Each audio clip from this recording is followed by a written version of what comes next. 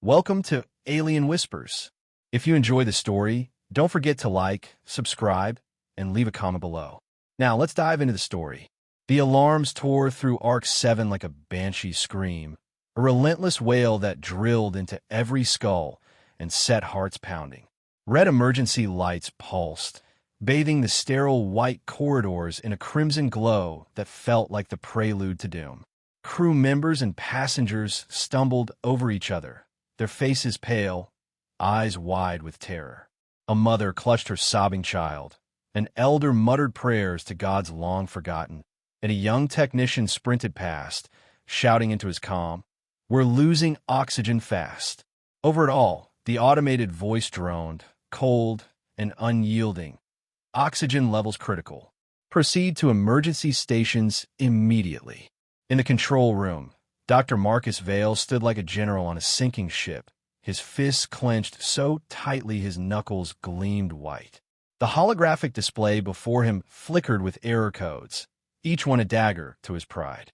"Someone sabotaged this system," he roared, his voice echoing off the sleek metal walls.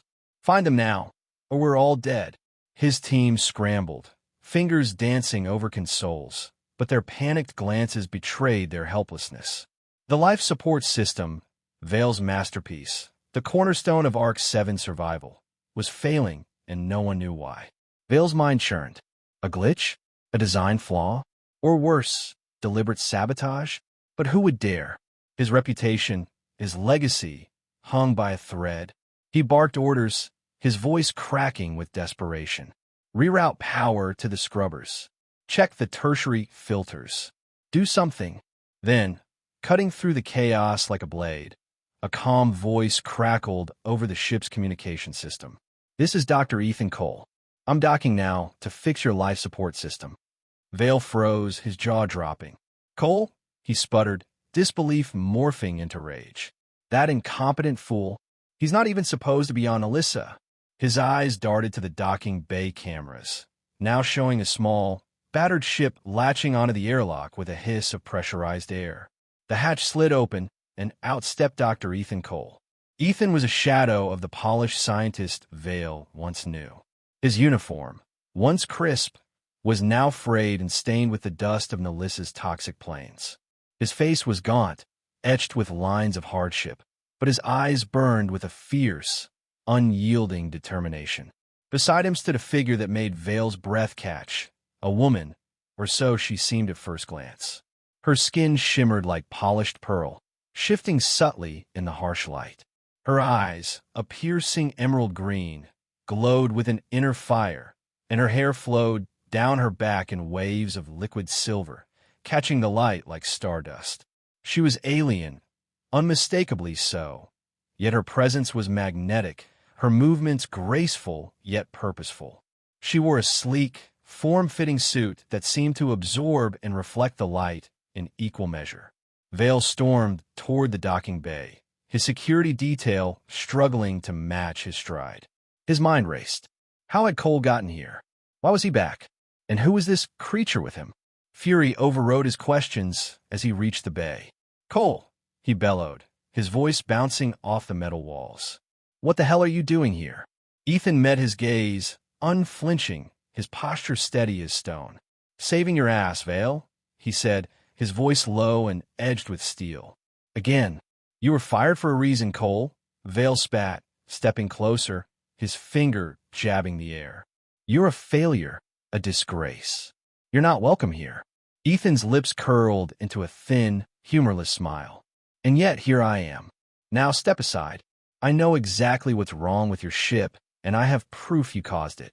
The alien woman, Sylvara, as Ethan would later call her, placed a hand on his shoulder, her touch light but firm. Her voice was soft, melodic, yet carried an undeniable authority. "We don't have time for this," she said, her green eyes flicking to Vale with a mix of caution and resolve. "The system is failing fast." Vale hesitated, his pride warring with the reality of the crisis. The alarm screamed on, and the faces of his crew, pale, terrified, stared back at him from the edges of the bay. A young woman clutched a toddler, her eyes pleading for salvation.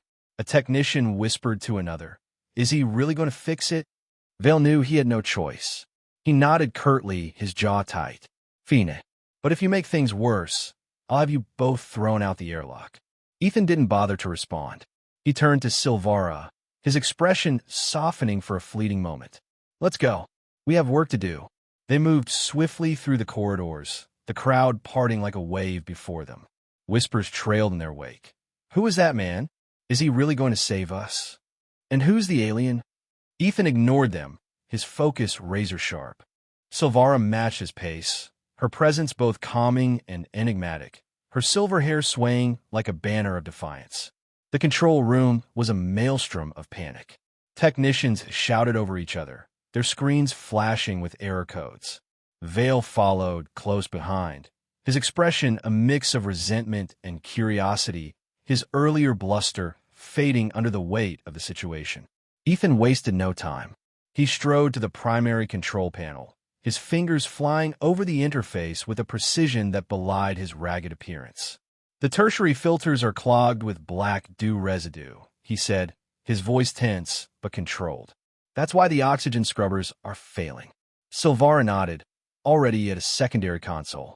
Her alien technology interfaced seamlessly with the human systems, her hands moving with a fluidity that seemed almost instinctive. I'll reroute power to the auxiliary systems and activate the emergency purifiers, she said, her voice steady despite the urgency. They worked in perfect synchronization, their movements a testament to countless hours spent side by side. The room fell silent as the crew watched, a replacing fear. Within minutes, the oxygen levels began to stabilize, the alarms quieting to a low hum. A tentative cheer erupted from the technicians, but Ethan's face remained grim. It's only temporary, he said, turning to face Vale. The root cause is still there. We need to address it properly. Vale stepped forward, his earlier bravado replaced by a flicker of fear in his eyes. What do you mean? Ethan's gaze was cold, unyielding. I mean that your life support system was designed to fail, Vale. And I have the records to prove it was your doing. He pulled a small device from his pocket and activated it. A holographic projection flickered to life, showing a grainy recording of Vale in a private meeting. His voice was unmistakable. Make sure the system looks stable on paper. No one needs to know about the flaws. By the time they figure it out, I'll be long gone. The room fell deathly silent. Even Vale seemed a loss for words, his face paling as the weight of the evidence settled over him. This is fabricated, he stammered, but his voice lacked conviction. Is it? Ethan asked, his tone icy. Or are you just afraid of the truth? Before Vale could respond, a new alarm sounded, sharp and insistent. The comm officer at a station looked up, his face tense. Dr. Cole, there's an incoming transmission from Melissa. It's marked Priority 1. Ethan frowned, exchanging a glance with Sylvara. Her eyes narrowed, a silent question passing between them. Can it wait? Ethan asked. We're a bit busy here. The officer shook his head. It's from Counselor Draven. He says it's critical. Ethan's jaw tightened. Patch it through. The screen flickered, and Counselor Draven's stern face appeared, his graying hair and piercing eyes as commanding as ever. Dr. Cole, he began, his voice clipped and urgent. I see you've made it to Arc 7. We need to talk.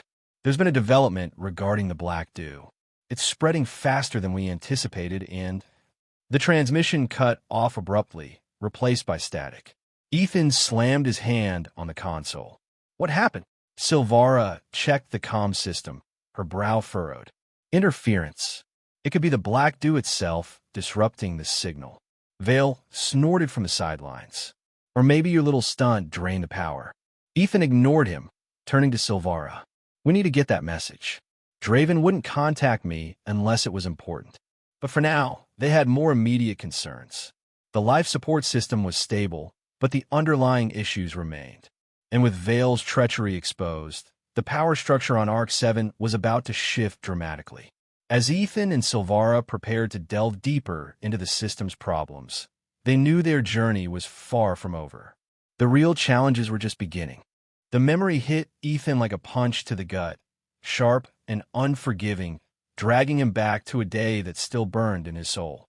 A year ago, the central auditorium of Nelissa's research hub had been a cathedral of ambition, its sleek, metallic walls lined with holographic displays and packed with the planet's brightest minds.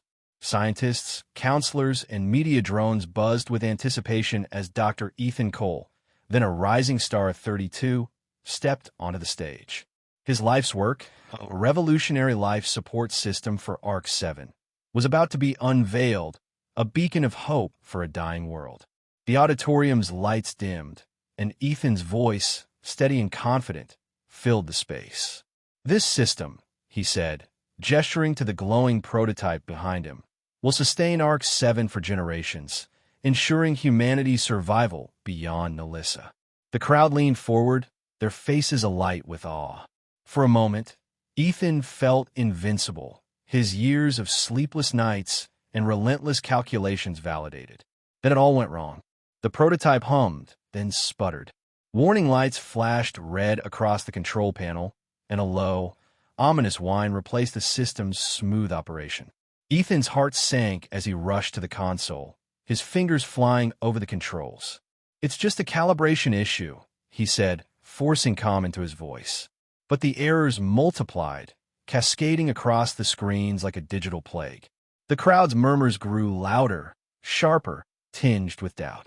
From the front row, Dr. Marcus Vale stood, his polished suit and smug grin a stark contrast to Ethan's mounting panic. "Enough, Cole," Vale said, his voice booming through the auditorium speakers. "You're a disgrace to this project. Your incompetence could have killed us all." The words landed like a whip, each syllable cutting deeper than the last. Ethan froze, his hands hovering over the console. "That's not true," he stammered, but his voice was drowned out by the crowd's reaction. Laughter, cruel, mocking laughter, rippled through the auditorium. Colleagues who'd once clapped him on the back now whispered to each other, their eyes cold and judgmental. A media drone zoomed in, capturing every bead of sweat on Ethan's forehead, broadcasting his humiliation to millions across Nelissa. Vale seized the moment, striding onto the stage like a conqueror. "This failure," he said, pointing at Ethan, "is why we need real leadership. I'll take over the project and ensure ARC-7 success." The crowd erupted in applause, their cheers a knife twisting in Ethan's chest. Security guards appeared at Ethan's sides, their grips firm but not unkind. "You're done here, Dr. Cole," one said, his voice low. Ethan didn't resist as they escorted him out, his legs moving mechanically. The auditorium doors slammed shut behind him, muffling the applause for Vale. Outside, the toxic orange sky of Nelissa loomed overhead, caked with swirling dust. Ethan stood alone, his career in ruins, his name now synonymous with failure. The weight of those mocking eyes, those jeering voices, pressed down on him, threatening to crush what little resolve he had left. He wandered the streets of Nelissa's decaying capital, the memory of that day, fading into the harsh reality of survival. The once thriving city was now a graveyard of shattered dreams, its towering structures eroded by black dew, a corrosive plague that ate through metal and flesh alike. Ethan found work in the black market, scavenging tech scraps and dodging patrols, his scientist's mind reduced to bartering for food and shelter. Each night, he lay awake in a crumbling tenement, replaying Vale's words. "You're a disgrace." The shame clung to him like the dust that coated his clothes, a constant reminder of what he'd lost. Months later, in a grimy alley behind the market, Ethan's life changed again. The air was thick with the acrid stench of black dew, and the distant wail of patrol drones echoed through the night. He was hauling a crate of salvaged circuits when he heard a cry. Sharp, desperate, unmistakably female. Dropping the crate, he sprinted toward the sound, rounding a corner to find a group of thugs circling a lone figure. She was unlike anyone he'd ever seen. Her skin shimmered like polished pearl, catching the dim light of a flickering street lamp. Her eyes, a vivid emerald green, glowed with defiance, and her silver hair flowed like liquid starlight, even as it was tangled with dust. She stood her ground, clutching a small, futuristic device, her posture tense but unyielding. "Stay back," she warned, her voice melodic yet firm. But the thugs only laughed, closing in. Ethan didn't think. He grabbed a rusted pipe from the ground and charged, swinging it with all his strength. The first thug went down with a grunt, the second scrambled away, and the rest scattered into the shadows. Breathing heavily, Ethan dropped the pipe and turned to the woman. "You okay?" he asked, his voice rough from disuse. She studied him, her glowing eyes narrowing, then softening.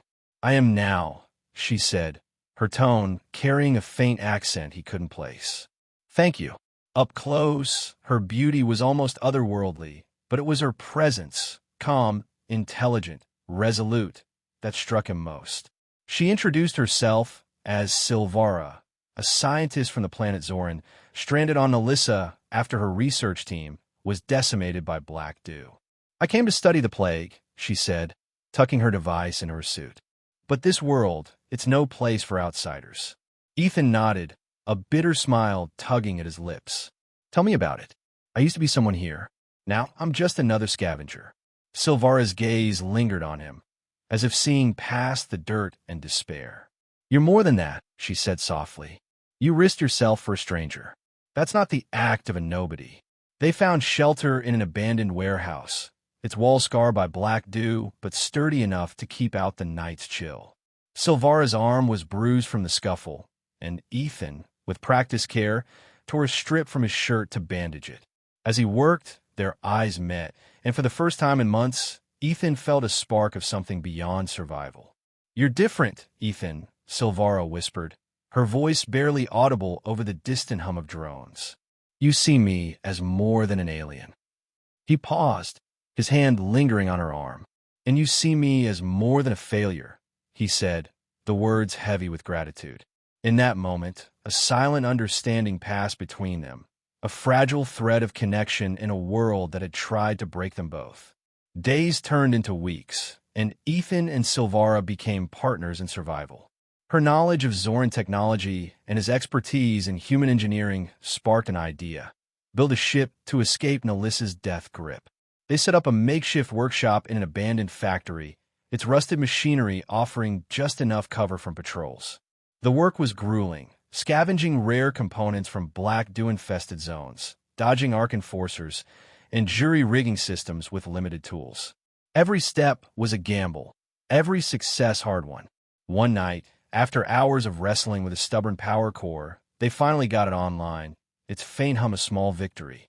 Exhausted but triumphant, they stepped outside, the toxic sky above Nalissa giving way to a rare glimpse of stars. They sat on a crumbling ledge, shoulders brushing, the silence between them comfortable yet charged. Ethan broke it first, his voice quiet. "I never thought I'd find someone who understands me. Not after everything." Sylvara turned to him, her emerald eyes catching the starlight. "We're both outsiders, Ethan. Maybe that's why we fit." Her smile was small but genuine, and for a moment, the weight of Nalissa's despair lifted. Ethan felt the urge to reach for her hand, but hesitated, the scars of his past still raw. Instead, he returned her smile, letting the moment linger. Their partnership grew stronger, fueled by shared purpose and trust. Sylvara revealed more about Zoryn's tech, her fingers deftly assembling circuits that hummed with alien precision. Ethan, in turn, shared his suspicions about Vale, piecing together fragments of data from scavenged drives. "He sabotaged my prototype," Ethan said one night, his voice tight with anger. "I just need proof." Sylvara listened, her expression resolute. "We'll find it," she said. "And when we do, we'll make him pay." Their work wasn't without help. A mysterious contact, known only as Shade, began leaving supplies at their workshop: rare alloys, encrypted data chips, even a partial blueprint for a propulsion system. Each delivery came with a cryptic note: "Keep going." Ethan and Sylvara debated Shade's identity: a disgruntled Ark insider, a survivor with a grudge, but they couldn't afford to question the aid. The challenges mounted. One night, a patrol drone nearly caught them, its sensors whirring as they hid in a black dew-ravaged warehouse, their breath shallow, hands clasped to stay silent. Another time, a scavenger gang ambushed their supply run, forcing a desperate escape through Nelissa's crumbling undercity. Through it all, their bond deepened, not just as allies, but as two souls refusing to let the world define them. As the ship took shape, a patchwork of human and Zoryn tech, rough but promising, Ethan felt a flicker of hope he hadn't known since the auditorium. But questions lingered, gnawing at him. Who was Shade, and why were they helping? How would they bypass Ark's defenses to reach the ship? And what had Vale done to ensure Ethan's failure? The answers, Ethan knew, were out there, waiting in the shadows of Nelissa's ruins. And with Sylvara by his side, he was ready to find them. The air on Nelissa was a traitor, thick with the acrid of black dew that stung the lungs and blurred the eyes. Ethan Cole trudged through the desolate wastes, his boots sinking into dunes of toxic sand that shimmered under the sickly orange sky. Beside him, Sylvara moved with a grace that belied the danger, her pearl-like skin faintly glowing in the dim light, her silver hair tied back to keep it from whipping in the relentless wind. Their makeshift workshop, hidden in a derelict factory, was miles behind them, and their destination, a rumored cache of rare alloys, lay somewhere in the heart of the ruined quarter, a graveyard of collapsed towers and forgotten dreams. Every step was a gamble. The black dew wasn't just a poison. It was a predator corroding anything it touched, from steel to hope. Ethan adjusted the filter mask over his face, its cracked edges a reminder of their dwindling supplies. Sylvara's suit, woven with Zoryn tech, offered better protection, but even she winced as a gust of contaminated dust lashed at them. "We're close," she said, her voice muffled but steady through her calm, the scanners picking up traces of iridium. Ethan nodded, his eyes scanning the horizon. "Keep low. Patrols have been heavier since last week."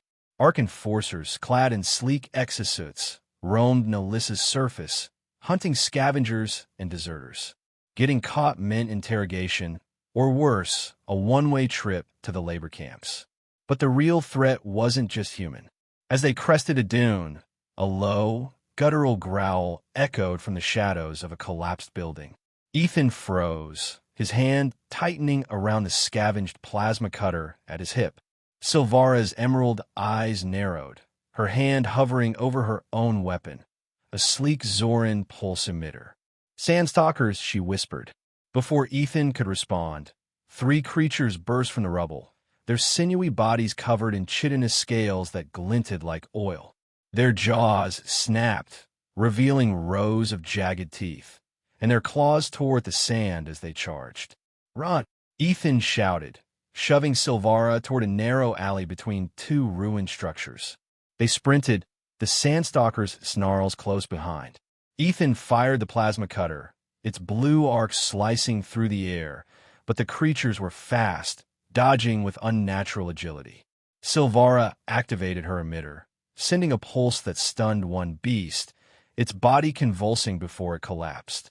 The others didn't slow, their hunger outweighing their fear. The alley ended at a jagged cliff, its edge crumbling into a chasm below. Ethan skidded to a stop, his heart pounding.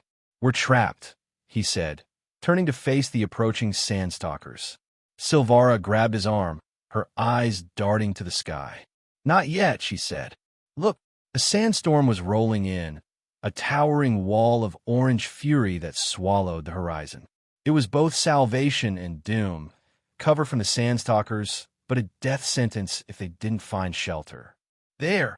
Sylvara pointed to a cave carved into the cliff's base, its entrance half buried in sand. They scrambled down, the storm's roar drowning out the creatures' growls as they dove into the darkness. Inside, the cave was cool but claustrophobic, its walls slick with black dew residue. Ethan's mask fogged with his heavy breaths as he checked the entrance. The storm's howl sealed them in, the sand piling up outside. "We're safe for now," he said, slumping against the wall. "But we're stuck until it passes." Sylvara sat beside him, her glowing eyes softening in the dim light. "Then we wait," she said, her voice calm despite the chaos they'd escaped. She pulled a small device from her suit, its screen flickering with data. The scanner says the cache is less than a mile from here. We'll get it once the storm clears.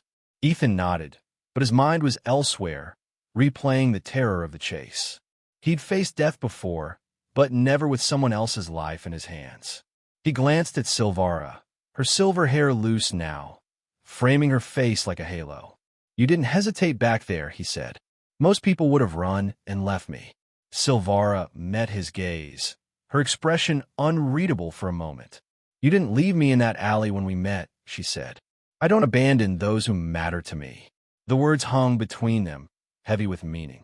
Ethan felt a pang of something he hadn't allowed himself to feel in years: connection. He cleared his throat, looking away. "You've lost people too, haven't you?" he asked, his voice softer now. "Back on Zoryn?" Sylvara's eyes dimmed, her fingers tightening around her device. "My family," she said, her voice barely above a whisper. "They were scientists like me. We thought we could stop the Black Dew, save our world. But it took them one by one. I came to Nalissa hoping to finish their work, but—" She trailed off, her gaze distant. "I was too late." Ethan's chest tightened. He knew that kind of loss, the kind that carved out pieces of you and left them bleeding. "I'm sorry," he said, then hesitated before continuing. "When Vale sabotaged my work, it wasn't just my career he took. It was my purpose. I thought I could save people, give them a future.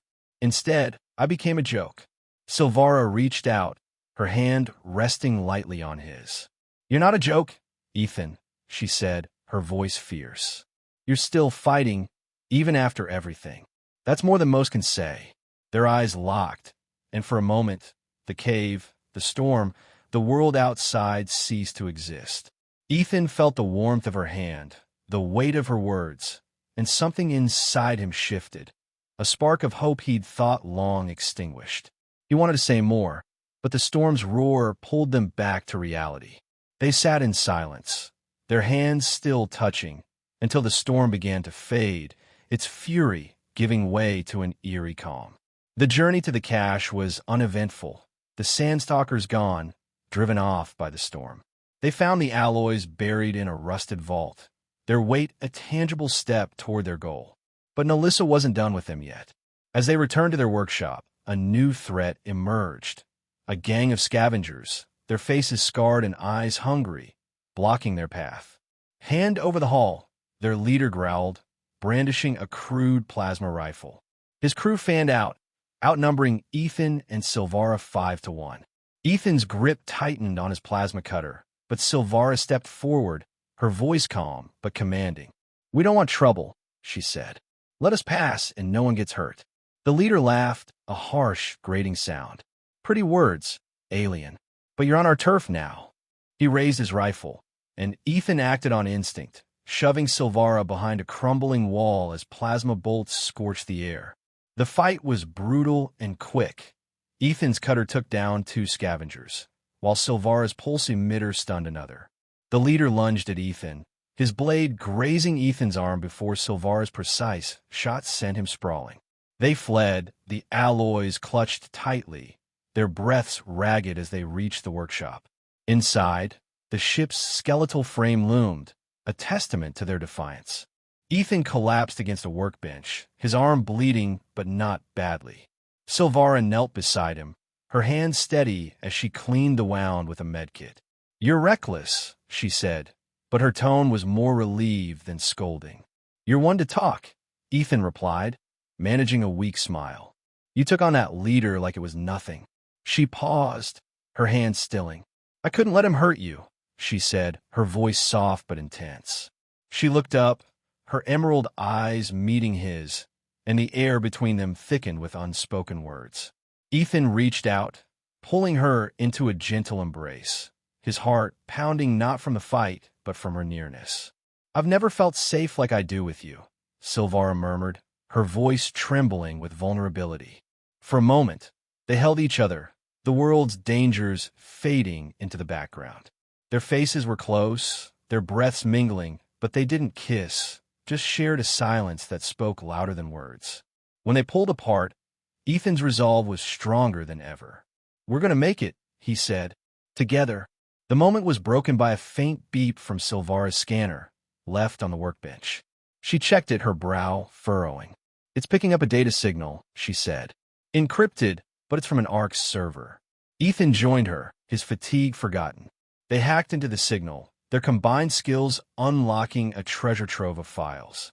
Among them was a damning recording, Vale's voice, smug and calculating. "Cole's system was flawless, but I tweaked it to fail.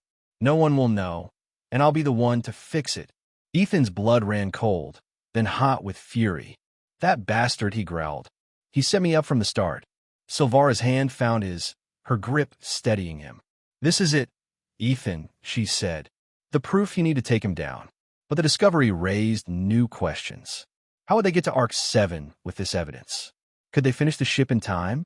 And who was Shade, the mysterious ally, still leaving supplies? The workshop's walls seemed to close in, the weight of their mission pressing down. As they returned to work, the ship's hum a faint promise of freedom. Ethan glanced at Sylvara. Her silver hair caught the light, her eyes fierce with determination. Whatever lay ahead, he knew they'd face it together. But Nalissa's dangers and Vale's treachery were far from over. The stars blurred into streaks of light as Ethan co-piloted their patchwork ship toward Arc 7, the massive spacecraft looming like a steel leviathan against the void. The vessel's engines thrummed with a steady pulse, a testament to the fusion of human grit and Zoryn ingenuity that had brought them this far. Ethan's hands gripped the controls, his knuckles pale with tension. Beside him, Sylvara monitored the stealth systems, her emerald eyes locked on the navigation screen, her silver hair catching the cockpit's dim glow. "We're in range," Ethan said, his voice taut but steady. "If their sensors pick us up, we're done before we start." Sylvara's fingers danced over her console, adjusting the stealth protocols. "We're cloaked for now," she replied, her melodic voice calm despite the stakes. "But Arc 7's defenses are no joke. We need to be precise." Ethan nodded, his jaw tight. Arc 7 was humanity's last hope, a floating city designed to carry thousands to a new world. But it was also the place where his life had unraveled, where Dr. Marcus Vale had orchestrated his downfall. Now it was their battleground. "Maintenance port," he said. "It's our best shot. Less guarded, and I've got old access codes." Sylvara raised an eyebrow, a faint smile tugging at her lips. "You kept them. Let's just say I didn't trust Vale to play fair," Ethan replied, his tone grim but resolute. They maneuvered into the shadow of a massive solar panel, the ship's stealth systems masking their approach. With a soft clunk, they docked at the maintenance port, the airlock hissing as it pressurized. Ethan grabbed his toolkit and the data drive containing the evidence against Vale, a recording that could end the man's reign of deceit. Sylvara followed, her pulse emitter clipped to her belt, her pearl-like skin faintly glowing in the dim light. The corridors of Arc 7 were a stark contrast to Nalissa's toxic wastes. The air was cool, sterile, the walls lined with sleek panels and holographic signs. Ethan led the way through service tunnels, his steps quick and sure, memories of his time here flooding back. Late nights in the lab, breakthroughs that had once promised salvation, and then the crushing betrayal. He pushed the thoughts aside. There was no room for distraction. As they neared the life support control room, the sound of boots echoed ahead, security officers on patrol. Ethan pulled Sylvara into a shadowed alcove, their breath shallow as two guards passed by, their exosuits glinting under the fluorescent lights. "Close call," Sylvara whispered, her hand brushing his arm, a fleeting gesture of reassurance. "Too close," Ethan muttered. "We need to move." They waited until the guards were out of sight, then pressed on. The control room doors loomed ahead, sealed but not impregnable. Ethan entered his modified access codes, his heart pounding as the system processed them. With a soft hiss, the doors slid open, revealing a scene of controlled chaos. Technicians scrambled at their stations, their faces pale with panic as alarms blared and holographic displays flashed with error codes. In the center stood Dr. Marcus Vale, his polished suit at odds with the desperation in his voice. "Find the problem," he barked at a technician. "I don't care how, just fix it." Ethan and Sylvara slipped in, using the frenzy to their advantage. They reached the main control panel, where Ethan began diagnosing the issue. "The tertiary filters are clogged with black dew residue," he said, his voice low but urgent. "It's choking the system." Sylvara moved to a secondary console, her fingers flying over the interface. "I'll reroute power to the auxiliary systems and activate the emergency purifiers," she said. "That'll buy us time to clear the filters." They worked in sync, their movements a testament to months of shared struggle. But their presence didn't go unnoticed for long. A technician glanced up, his eyes widening. "Hey, who are you?" "You're not authorized." Vale spun around, his face contorting with shock and fury. "Cole," he roared, striding toward them. "What the hell are you doing here?" "Security. Arrest them." Four guards in exosuits burst into the room, their plasma rifles raised. Ethan stood his ground, his hands still on the control panel, his eyes locked on Vale. "We're here to fix what you broke," he said, his voice steady despite the weapons trained on him. "And to make sure everyone knows the truth." Vale sneered, his composure fraying. "The truth? That you're a failure who couldn't handle the pressure? That you fled like a coward?" Ethan shook his head, his gaze unwavering. "No, Vali. The truth about how you sabotaged my prototype to steal the credit." Vale's face twitched, a flicker of fear betraying his bravado. "Lies," he spat. "You're delusional, Cole. Always were." Ethan pulled the data drive from his pocket and inserted it into the console. "Let's see what the council thinks," he said, his voice cold. A holographic projection flickered to life, showing Vale in a private meeting, his voice clear and damning. "Cole's system was flawless, but I tweaked it to fail. No one will know, and I'll be the one to fix it." The room fell silent, the alarm seeming to fade as every eye turned to the projection. The technicians froze, their faces a mix of shock and disbelief. Counselor Draven, a stern figure with graying hair, stepped forward from the sidelines, his presence commanding. "Dr. Vale," he said, his voice like steel, "is this true? Did you sabotage Dr. Cole's work?" Vale's face drained of color, his earlier confidence crumbling. It's not what it seems," he stammered, his eyes darting around the room for allies. "I was protecting the project. Cole's design was flawed." "Flawed?" Ethan cut in, his voice sharp. "You admitted it was flawless. You ruined me because you couldn't stand someone else getting the glory." Vale's hands clenched into fists, his voice rising. "You were always so arrogant, Cole, thinking you were better than everyone else. And you were jealous," Ethan shot back. "You destroyed my life to feed your ego. But it ends here." Draven raised a hand, silencing them both. "Enough," he said. "Dr. Vale, you are relieved of your duties pending a full investigation. Guards, take him into custody." The security officers hesitated, their rifles still aimed at Ethan and Sylvara. Vale seized the moment, his voice desperate. "Don't listen to him. Cole's the traitor. He's sabotaging the system right now." But the recording's weight was undeniable. One guard lowered his weapon, then another, their loyalty shifting. Two stepped forward, seizing Vale's arms. "No!" Vale shouted, struggling as they dragged him away. "You can't do this. I'm the only one who can save this ship."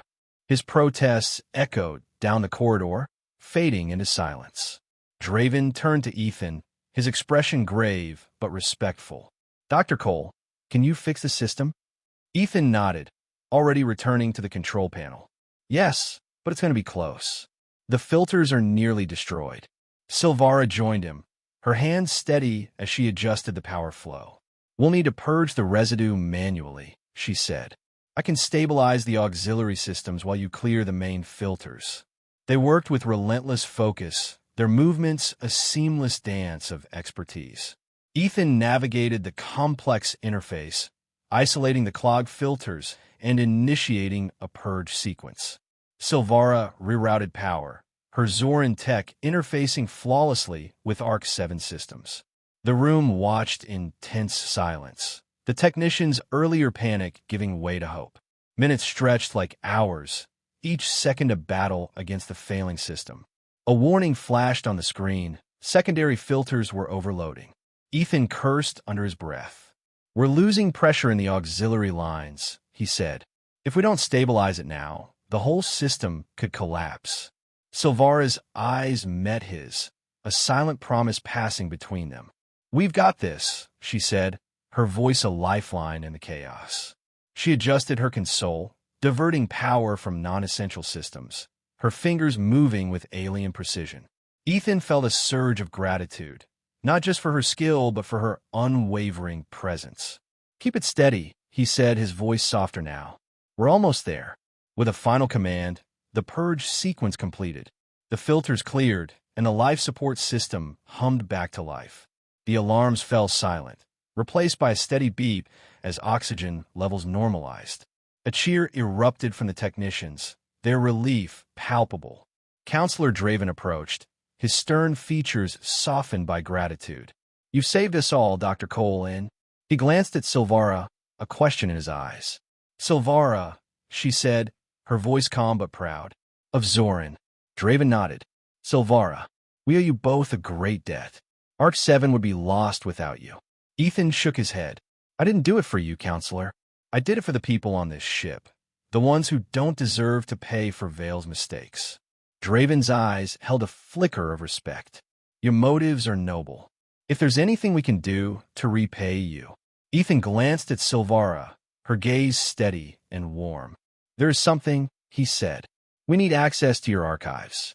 The Black Dew is spreading faster than we thought, and I believe there are answers here that could help us fight it. Draven hesitated, then nodded. Very well. You have my permission. As they prepared to leave the control room, a calm officer interrupted. Counselor, there's an urgent transmission from Nalissa. It's marked Priority 1. Ethan's stomach tightened. Patch it through, he said. The screen flickered, revealing a distorted image of a scientist on Nalissa, their voice urgent. Arc 7, this is Dr. Lena Kors. The Black Dew is accelerating. It's breached containment zones and could reach orbit within days. You need to. The transmission cut off, static filling the screen. Ethan exchanged a look with Sylvara, her expression mirroring his concern. Their victory was real, but it was only the beginning. They stepped into the corridor, the weight of their new mission settling over them. Sylvara's hand brushed Ethan's, a quiet gesture of solidarity. We did it, she said softly. You proved them wrong. Ethan managed a tired smile. We did it. Together.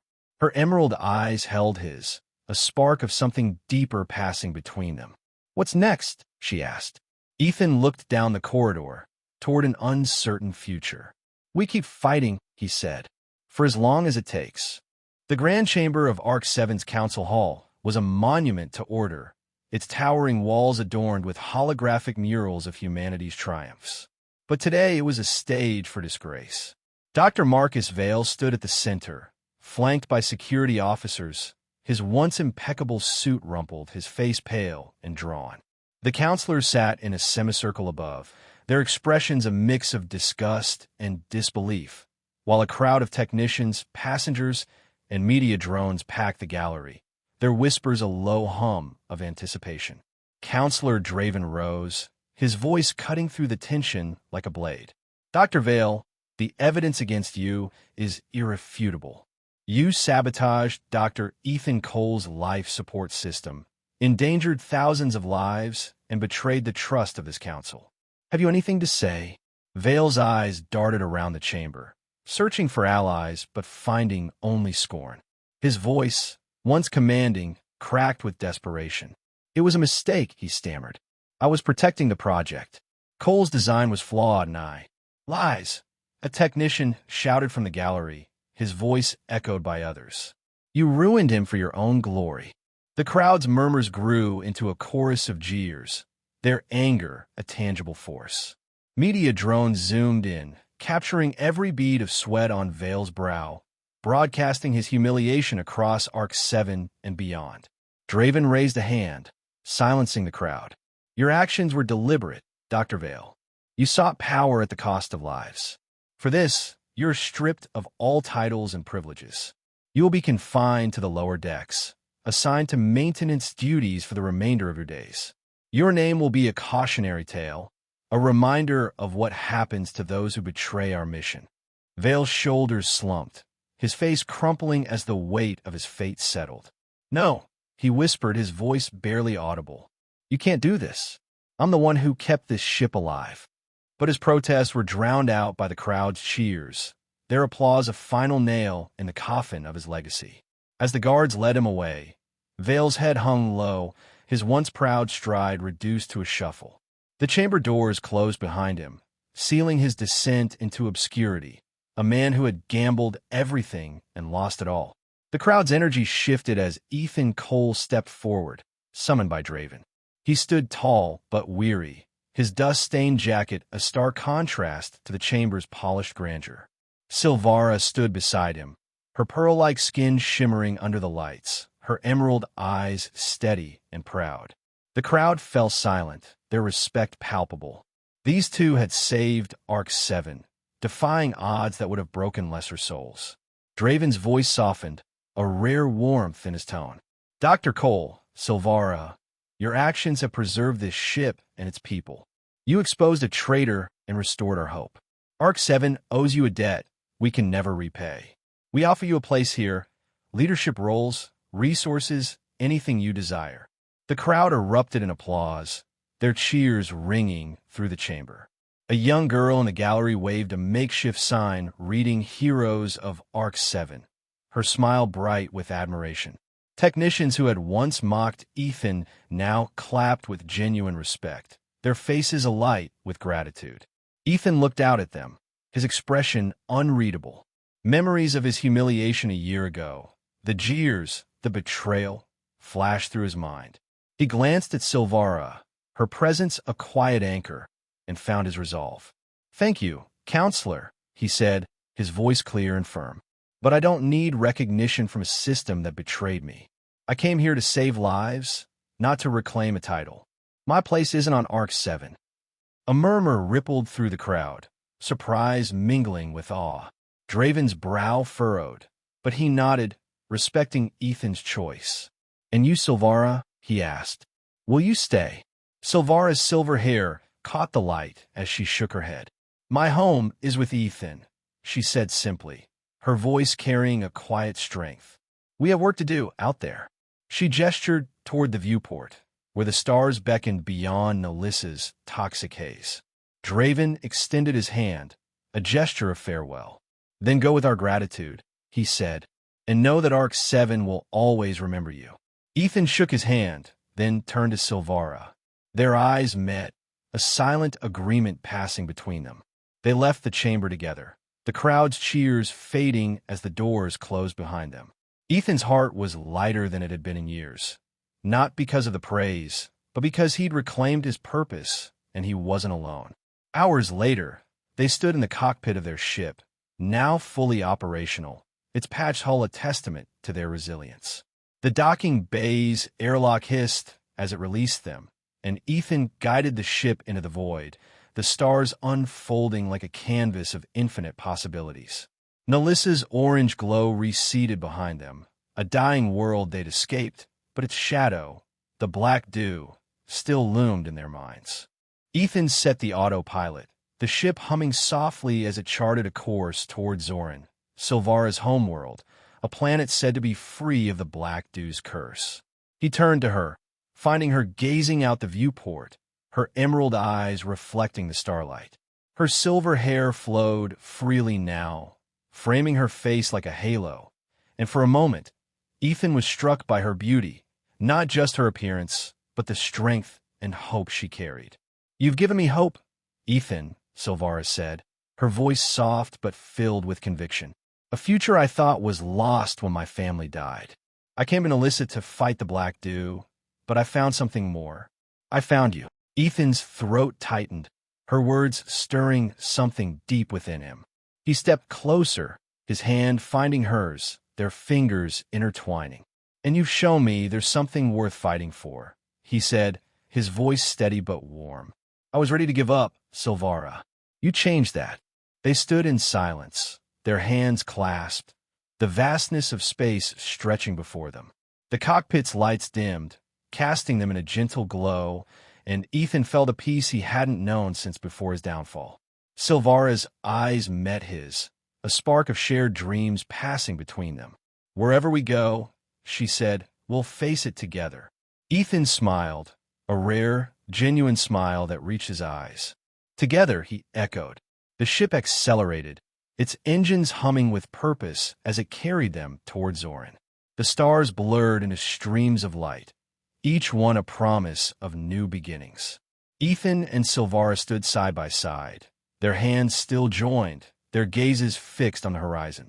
Behind them, Nalissa and Arc-7 faded into memory, along with Vale's shattered legacy. Ahead lay challenges. The black dews spread, the mysteries of Zoryn, but also hope, forged in the fires of their shared struggle. As the ship sailed into the cosmos, it wasn't just a vessel. It was a symbol of their defiance, their love, and their unwavering belief that even in the darkest of times, there was always a light worth chasing.